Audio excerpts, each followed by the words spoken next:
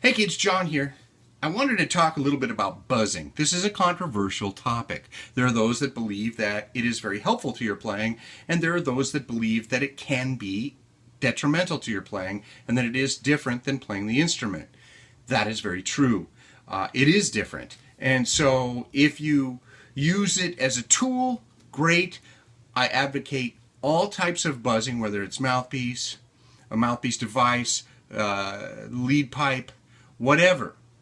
I advocate that that type of buzzing is done in moderation and with purpose, not just as some type of arbitrary exercise, but very specific goals in mind when doing this type of exercise. This video is just going to be exploratory when it comes to understanding the different type of buzzing that is available to us as trumpet players and what it may or may not do for us. Again, I'm not picking a side. I'm not going to necessarily show any type of routine for buzzing. I'm just simply going to explore them so you get an idea of what they are. I also advocate using some type of tone, a drone or a piano, something that gives you a pitch center so that you're playing against a pitch center or a tone. And you can get an app that has a drone, cello drone, like a cello that's just, and you can select different pitches, or even a tone generator that might be on an app that is a chromatic tuner. So it shows you whether you're flat or sharp, and it also produces a pitch. So some type of pitch to have as a reference, I think, is absolute mandatory when you're looking at doing buzzing.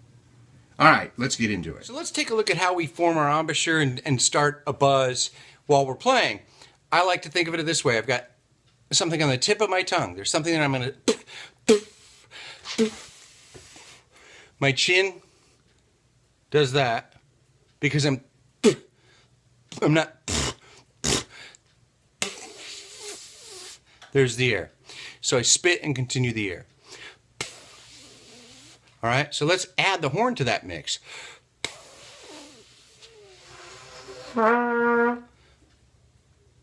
I didn't do anything but, okay?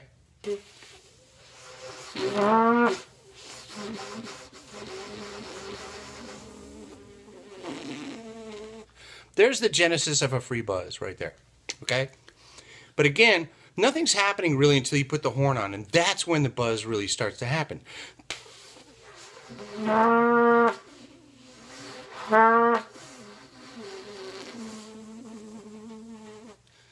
So the question is, are we buzzing our lips, or are our lips being buzzed? This is the great argument. I'm not going to take a side. That's an acoustic phenomenon that takes place. The air molecules inside the horn are being excited, just like a Coke bottle, and a sound is being produced. Well, am I buzzing? I know where the tone is now. And I know how much air I need to put in and how to put the air in or across. Whoa, there it is. As opposed to my first attempt, kind of weak, but now I know where that tone is, so I reproduce that tone. In our trumpet, a very similar thing is happening. I just think tone, pitches, sound, music. Now that we've looked at the buzz and what's kind of happening as we utilize our instrument to create this acoustic phenomenon that is pitch, tone, and sound waves, let's just look at buzzing and just kind of cover the different groups. Free buzzing.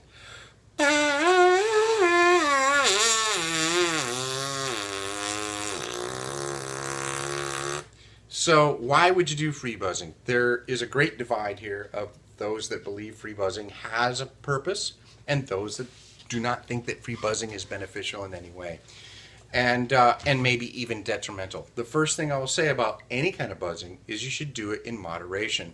Free buzzing, probably the most moderated of them all, because it is very different than any other kind of buzzing you would do on the horn. But the benefits could be a greater understanding of what's happening in your corners, how to form the embouchure, and how to control the air.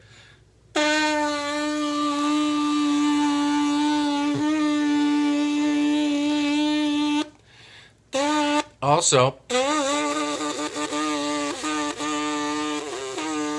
your aperture, that hole.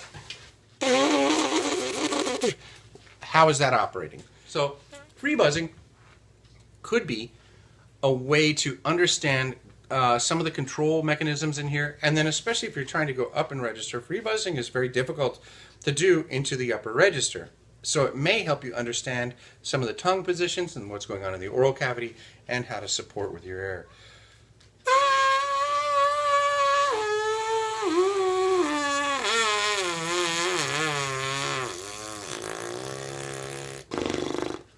Fluttering isn't necessarily buzzing, but people do that to warm up.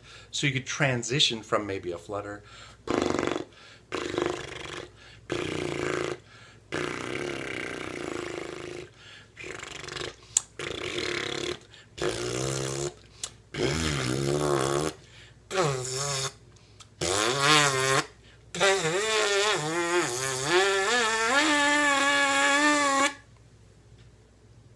Setting that. And maybe that's enough. And now you're getting warmed up. Let's move over to mouthpiece buzzing. Still, there's really no resistance, and it's very dissimilar to the type of buzzing you would be doing on your horn. When it comes to buzzing the mouthpiece, there are again a split in what people believe about whether it's good or not good. And as I stated before, moderation, not a lot of this, because it is different than playing the trumpet. It is a different buzz or type of buzz. But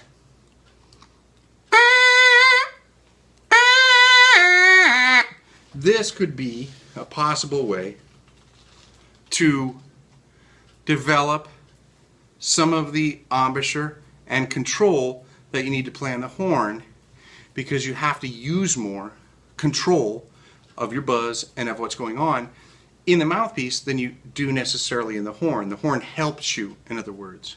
And again, there's people that argue both sides. I'm not here to take a side. I'm just here to show what these things are. So,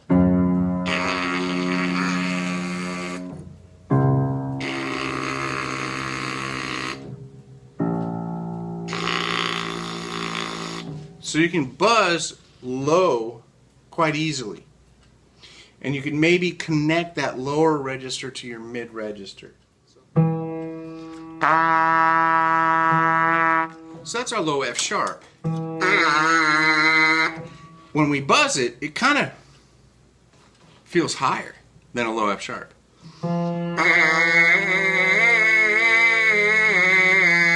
Different things you can do if you have a piano. If you don't, you get a drone. You get a drone tone on your phone, put it in a headphone, and play with that.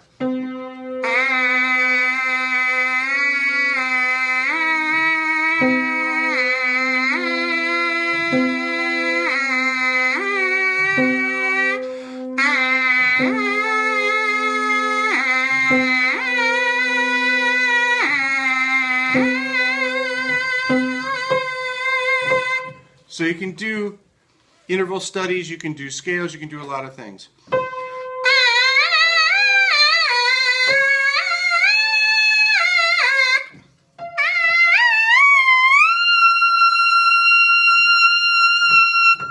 It may help you figure some things out.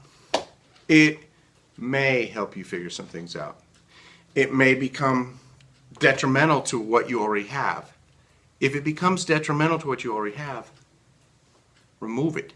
If it seems to help, keep it, but keep it in moderation. The next thing is lead pipe playing. Let's look at that. So lead pipe buzzing is when you play just the lead pipe. And again, you probably want to use some kind of drone or tone. And if you don't have it, you reference by... Now you got your sound of a concert B flat or RC. Now the lead pipe is not going to react like the mouthpiece, free buzzing, or the horn. It's got serious specific slotting. In other words, some notes are going to sound and some are just not going to want to.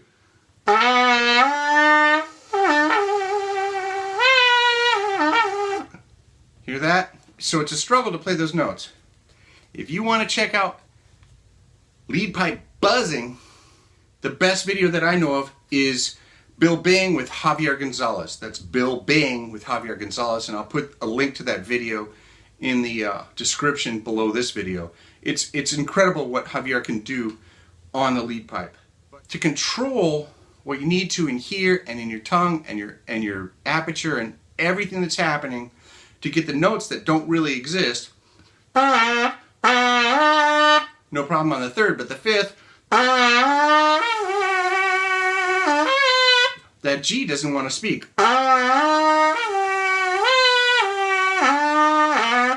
You can get it to speak, but you have to control very carefully what's happening. And then try and play a scale, a C scale. Again, I'll reference a C.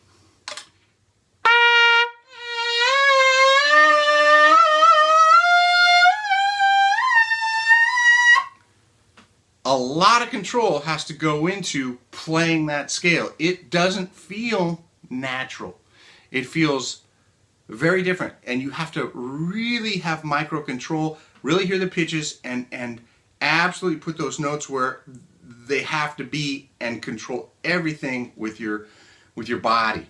So it's a way to learn how to control what's happening in here. All right, now let's talk about some mouthpiece buzzing devices. There's a host of mouthpiece buzzing devices out there. In other words, things that you add on or put your mouthpiece in to buzz. There's the burp, there's the buzzkill, there's the buzzard, there's the up sound. So there's a lot of different devices you can use to buzz the mouthpiece. And you know, some exercises are the idea that you play.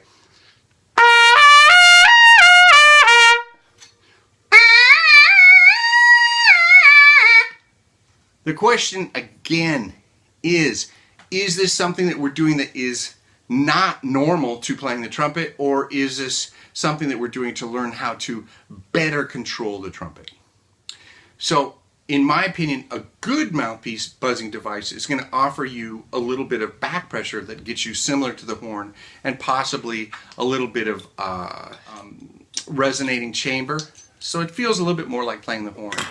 And in my video on how to make yourself a mouthpiece buzzing device, I show you how to make one of these devices, which is really simple. This offers a little bit of resistance and a resonating chamber.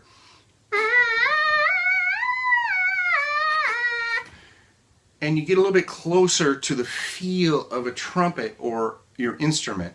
So you might be able to actually do a bit of a more extended practice session on something like this. But even with a mouthpiece buzzing device, I recommend doing shorter sessions, not long extended sessions. Be careful when you're not playing your horn. There's yet one more thing you can buzz, and that would be the mouthpiece visualizer or a rim. It's just simply the rim portion. The old school one had a little stick connected to it. Looks like that thing you dip in the bubble soap and blow the bubbles. But the idea of a mouthpiece visualizer is something that you can see what's going on inside the chops. And some of them are actually a mouthpiece that's cut away, so you can see what's going on with your buzz itself.